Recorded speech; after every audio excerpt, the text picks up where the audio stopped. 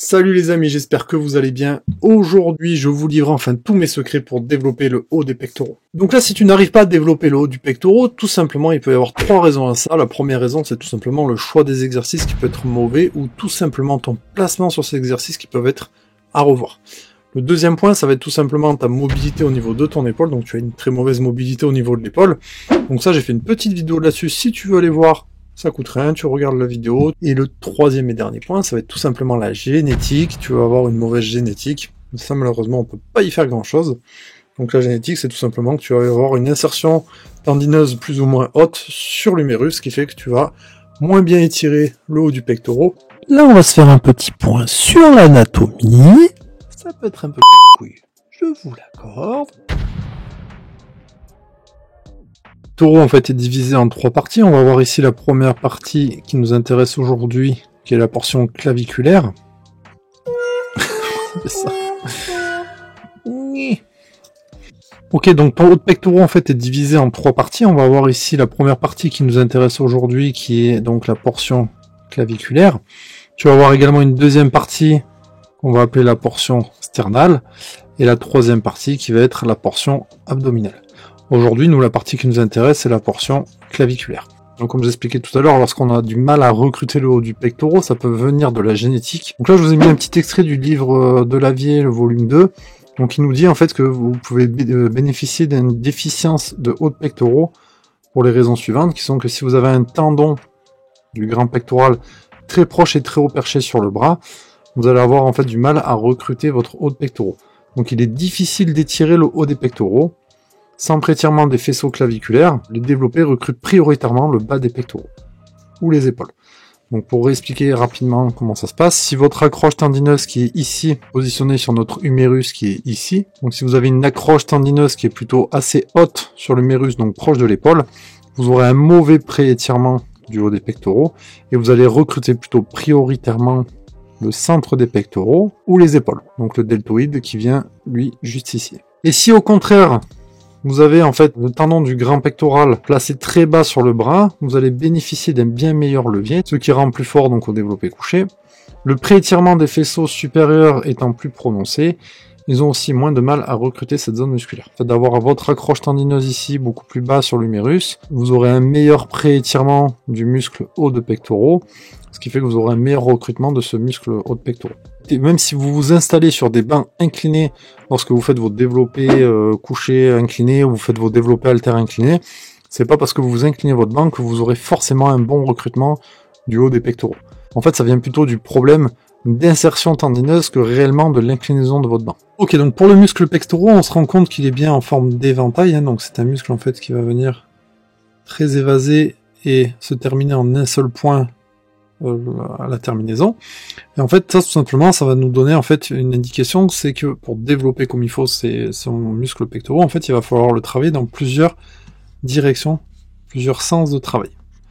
Nous, la partie qui nous intéresse aujourd'hui, c'est la partie claviculaire, donc la partie haut du pectoral qui est juste ici. Et on voit bien que pour travailler le haut du pectoral, en fait, il va falloir que l'humérus aille chercher en élévation et en abduction. Là, il faut comprendre une dernière chose sur le muscle pectoral, c'est les mouvements que nous permet de réaliser ce muscle pectoral pour arriver en fait à trouver les meilleurs exercices possibles. Donc tout simplement, notre muscle pectoral nous permet de rapprocher l'humérus vers l'intérieur, vers l'axe du corps. Donc ça s'appelle un mouvement d'adduction. Donc l'adduction, on rapproche l'humérus vers le centre du corps. Ça, c'est l'action principale du pectoral. Nous, ce qui nous intéresse aujourd'hui, c'est la portion claviculaire, donc c'est-à-dire le haut des pectoraux. Donc il va également participer ce mouvement, donc il va y avoir également une élévation du bras en plus de l'adduction. Donc pour bien développer le haut des pectoraux, il faut comprendre un truc, c'est qu'il faut créer une élévation, donc c'est-à-dire il faut monter le bras vers le haut et en même temps le rapprocher vers le centre du corps. Ça, si vous réalisez en fait des mouvements qui permettent de faire ces deux mouvements en même temps, bah, vous allez tout simplement bien développer votre haut de pectoraux. Ok, donc premier exercice que je te propose de découvrir, c'est le développé incliné Smith Machine prise guillotine. Donc pourquoi cet exercice va être intéressant à développer pour développer le haut de tes pectoraux? Tout simplement, on va voir ça en 4 points, et le premier point, c'est la stabilité que t'apporte ce mouvement. Le fait d'être sur un cadre guidé, ça va te permettre de bien stabiliser ton mouvement, d'éviter qu'il y ait des mouvements perturbateurs et parasites qui viennent interférer avec ton haut de pectoraux, et donc l'idée c'est vraiment de bien focaliser et de bien recruter ton haut de pectoraux. Donc le fait d'avoir un cadre guidé, tu as beaucoup moins de mouvements parasites qui viennent interférer avec ton haut de pectoraux, et ça te permet de vraiment bien te focaliser et de bien te focus sur ce haut de pectoraux. Ça c'est le premier point à respecter. Ensuite le deuxième point, ça va être tout simplement de créer en fait une ouverture, une expansion thoracique. Donc le but du jeu, ça va être de bien descendre tes épaules basses et loin des oreilles, de bien resserrer tes omoplates vers l'arrière, pour augmenter un petit peu l'étirement au niveau de ton haut de pectoraux. Donc le fait de créer après également une expansion thoracique, c'est-à-dire ça va être de gonfler la poitrine au maximum pour la rapprocher le plus possible de ta barre, et de créer encore plus d'étirement au niveau de ton muscle pectoral. Donc ça c'est le deuxième point à respecter. Ensuite il va y avoir un troisième point qui va être le placement de tes coudes, donc le fait d'ouvrir les coudes et de les rapprocher, de les ramener en fait le plus possible sous la barre. Ça va te permettre aussi également d'augmenter de l'étirement et du coup de créer un meilleur recrutement au niveau de ton haut de pectoraux. Donc par contre ça peut créer des petites douleurs au niveau de tes épaules, donc tu vas ajuster un petit peu en fonction des douleurs que tu vas pouvoir ressentir au niveau de tes épaules. Le quatrième et dernier point, ça va être le fait de travailler en prise guillotine, c'est-à-dire de bien rapprocher la barre, en fait, d'avoir une barre en fait qui se dirige entre le haut de tes clavicules et ton menton. Pareil, ça va être tout simplement dans le but de créer plus d'étirement au niveau de ton pectoral. Au plus tu as d'étirement, au plus tu recrutes ton muscle haut de pectoral. Moi, je te propose cet exercice, étant donné que je travaille dans un home gym, je n'ai pas accès forcément aux mêmes machines que toi, mais l'idéal, forcément, bien sûr, ça serait d'avoir une presse inclinée, convergente, guidée. Donc, pour bien focaliser sur ton haut de pectoraux, tu peux opter pour l'option soit cadre guidé Smith Machine, ou soit directement sur la presse convergente haut de pectoraux, donc avec un plan incliné et les bras qui resserrent vers le centre. Parce que effectivement, l'idée c'est d'avoir le plus d'amplitude possible au niveau de ton muscle, donc autant en termes d'étirement qu'en termes de contraction. Donc le problème de la presse, donc l'un des inconvénients de l'exercice que je viens de te proposer, c'est tout simplement que tu as les deux mains qui sont verrouillées sur la barre et tu ne peux pas les rapprocher vers le centre, vers l'intérieur.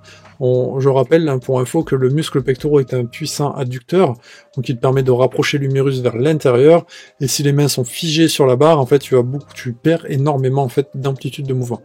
Par contre, ça reste un mouvement qui reste très intéressant parce que tu peux travailler très lourd dessus, et on connaît bien sûr le fait de pouvoir travailler lourd, ça va tout simplement déclencher derrière la synthèse protéique, et donc déclencher la cascade hormonale qui va te faire développer, qui va te faire progresser au niveau de la musculation, donc te développer les muscles. Ok, donc le deuxième exercice que je te propose de découvrir, ce sont tout simplement les inclinés écartés aux poulies. Donc contrairement en fait tout simplement aux écartés haltères, tu n'as pas de perte de tension en haut de mouvement. Donc ça c'est plutôt bénéfique, donc ton muscle reste toujours en tension continue en haut du mouvement. Ça c'est l'un des principaux avantages de cet exercice. Et le deuxième avantage que tu vas avoir sur cet exercice, c'est que tu vas avoir également une grosse phase d'étirement lorsque tu vas laisser redescendre les deux poulies vers le bas. Donc tu vas pouvoir en fait amener un gros étirement sur ton muscle, et ça c'est très intéressant et très bénéfique pour développer justement le muscle haut de pectoral. Pour le troisième et dernier exercice de cette série réservée au haut de pec, je te propose tout simplement de la presse unilatérale. Donc cet exercice est optimal pour développer le haut du pectoral, je vais t'expliquer tout de suite pourquoi. Déjà dans un premier temps, tu as une super stabilité, donc le fait d'avoir un appui dossier, les deux pieds bien à plat au sol, tu crées une très bonne stabilité, donc tu n'as pas les mouvements perturbateurs qui viennent t'empêcher de progresser sur cet exercice. Ensuite, tu as un deuxième facteur qui va être le fait de travailler en unilatéral.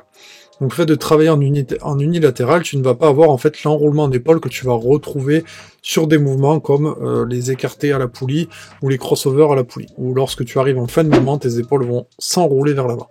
Sur cet exercice, le fait d'être en unilatéral, tu ne vas pas avoir cet enroulement d'épaule, et ça te permet de mieux te focaliser sur ton haut de pectoral. Ensuite, tu vas avoir un troisième point qui est très important, c'est que tu vas pouvoir travailler avec des charges lourdes également sur cet exercice. Et donc du coup forcément déclencher la cascade anabolique derrière qui va te permettre de progresser au niveau de la musculation. Tu as également encore un autre avantage qui va être le fait de pouvoir rééquilibrer les forces entre le côté gauche et le côté droit. Le fait de travailler en unilatéral va te permettre tout simplement en fait de rééquilibrer les forces à droite et à gauche. Et le dernier point, c'est que tu vas avoir une phase d'étirement et de contraction optimale, car effectivement ton numérus va passer devant le centre de ton corps, et donc du coup tu vas optimiser en fait la contraction. Le fait de bien croiser l'humérus vers l'avant, ça te permet de vraiment venir chercher les dernières fibres musculaires situées en haut de ton pectoral. Et tu vas également avoir une phase d'étirement qui est très intéressante sur cet exercice. Donc pour moi, cet exercice, il est vraiment optimal. Je te conseille vraiment de l'intégrer dans tous tes entraînements haut de pectoraux. Ok, j'espère que cette vidéo t'aura plu. N'hésite pas à liker, t'abonner et partager cette vidéo au maximum. Il me reste plus qu'à te saluer, à te souhaiter une très bonne journée. Et à très bientôt pour de prochaines vidéos. Ciao!